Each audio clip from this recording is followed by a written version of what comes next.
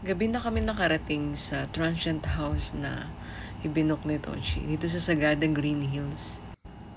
Pagkababa namin ng sasakyan, dala namin yung mga gamit para ipasok nito sa loob ng bahay.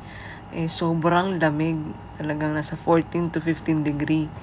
Tapos, nakaka-amaze yung bahay kasi kakaiba. Kakaiba yung setup niya. Ayan, tapos mas nakakaiba siya, hindi siya yung normal na nare-rent mo na transient house. Kasi yung pagkakayari sa kanya makikita mo.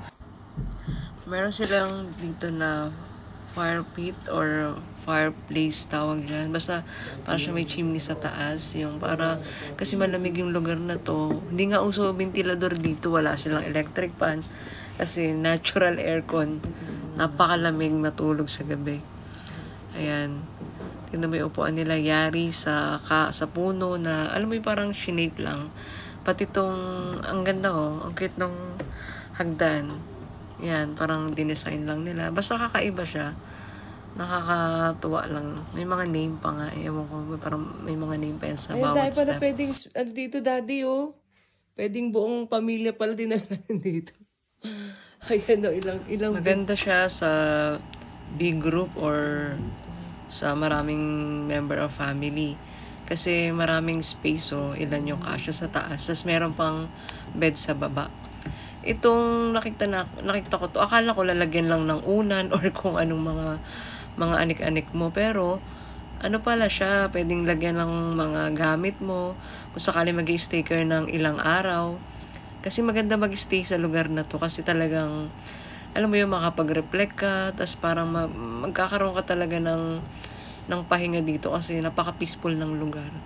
Dalawa yan parang aparador siya. Ang galing 'di ba ng pagkakayari kasi talagang makita mo na basta ang galing ng gumawa nito. Ang galing ng setup ng bahay Talagang parang makikita mo yung passion niya na ina-express niya sa paggawa ng kanyang mga bahay. Tapos pwede na din magluto. May heater, may rice cooker, may lalagay ng mga something. So, may mga plato na baso. Maganda buong family. Pwede dito. Diba?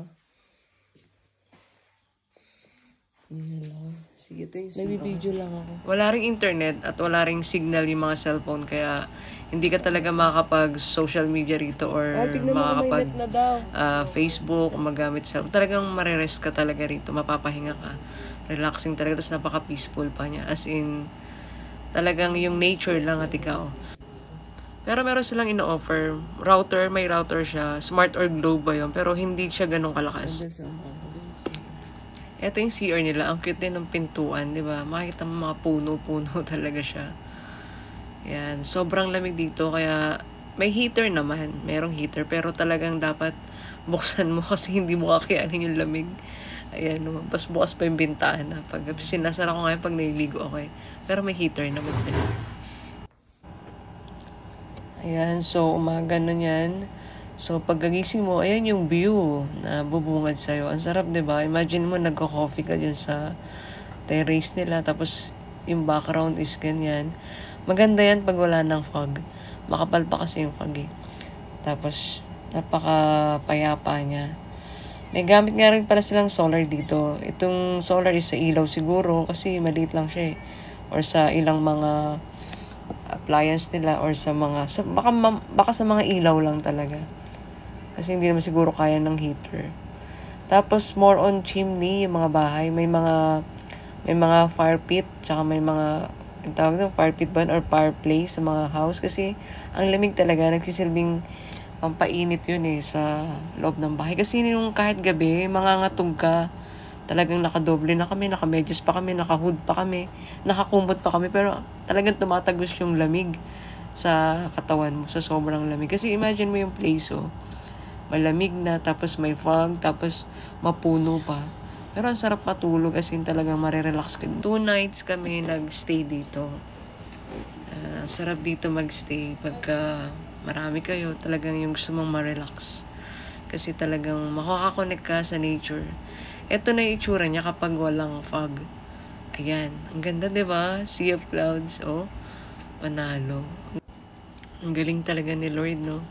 Amazing ang mga likha niya. Kung naghahanap kayo ng place na peaceful at maganda yung view, yan, maganda.